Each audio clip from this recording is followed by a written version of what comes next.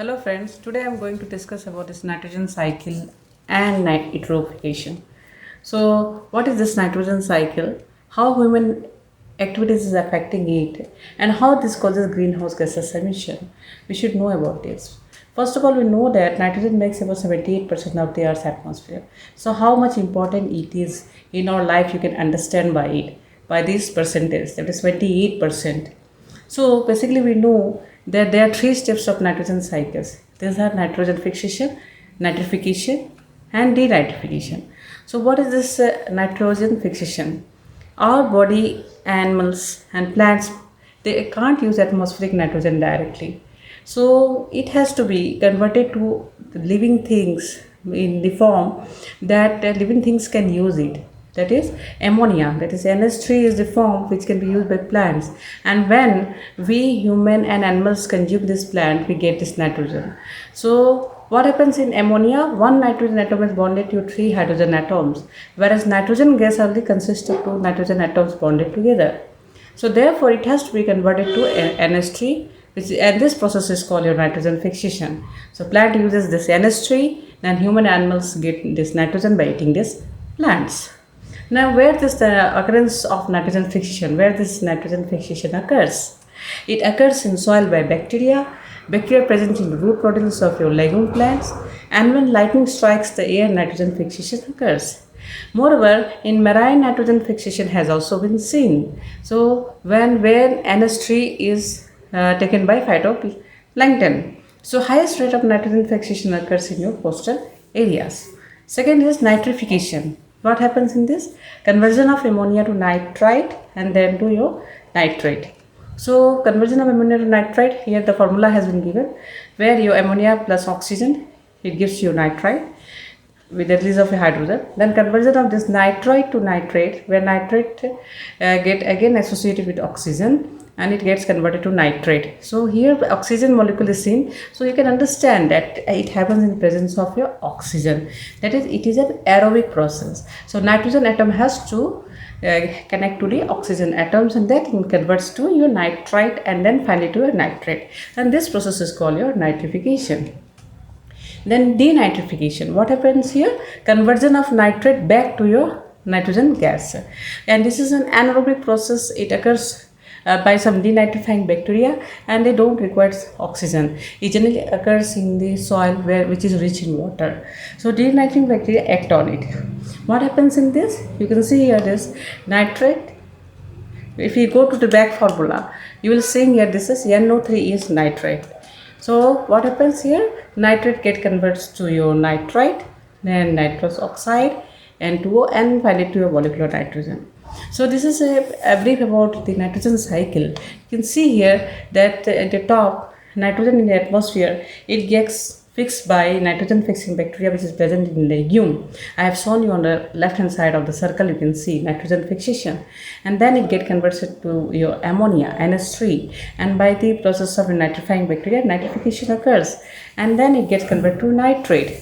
Some of this fixation occurs by your abiotic means, by means lightning, and this nitrate they are acted upon by denitrifying bacteria, and as a result of which denitrification occurs, and this again this N2 is available in the atmosphere. This N2 is again it cannot be utilized by we living things, so it has to again get converted into your NH3 so that the plants can absorb it, and finally we human and plants can consume, human and animals can consume these plants and get nitrogen in our body. But this human activities have affected this nitrogen cycle. We people are only affecting the nitrogen cycle.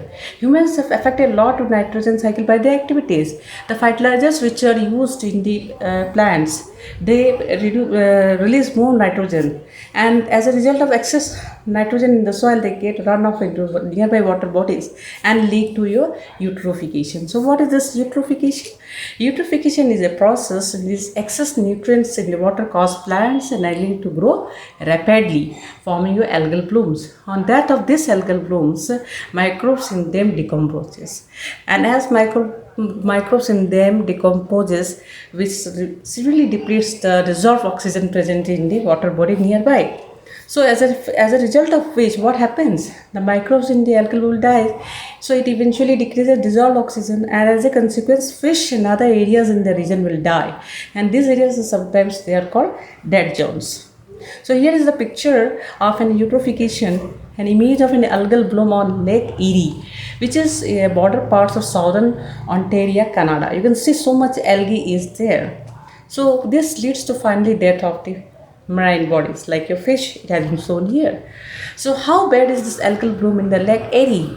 Lake Erie algal blooms are annually threat to health and drinking water of more than 11 million people, and this is really dangerous and unacceptable. So how much concerned we should be related to use of these fertilizers and so on, so that it can not affect further to our life. So there is another greenhouse gas which is called nitrous oxide. So fertilizer used in agriculture releases more nitrogen into soil. They have a more nitrification and denitrification take place. So more nitrous oxide in the atmosphere. About 40% of nitrogen is due to human activities. There is network.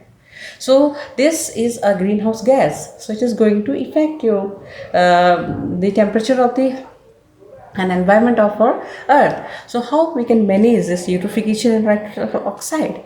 One way is that judicious use of fertilizers by farmers and gardeners. But is this easier said than done? No, it is not so easy. How we can determine that how much fertilizer is required by the plants and how much is to be added. So it is very difficult for the farmers and the gardeners to determine. So that's why, thanks to this nitrogen cycle for making nitrogen available to living thing in usable form, and this way the nitrogen which is present in the soil then goes to the water, and it is not available in the usable form. Due to this nitrogen cycle, it gets converted to ammonia, and finally we use it and we get in our bodies. So that's why nitrogen cycle is so much of important. So lots to learn. Keep learning. Thank you for watching my videos. If you really like it, subscribe my videos by class for you. Thank you.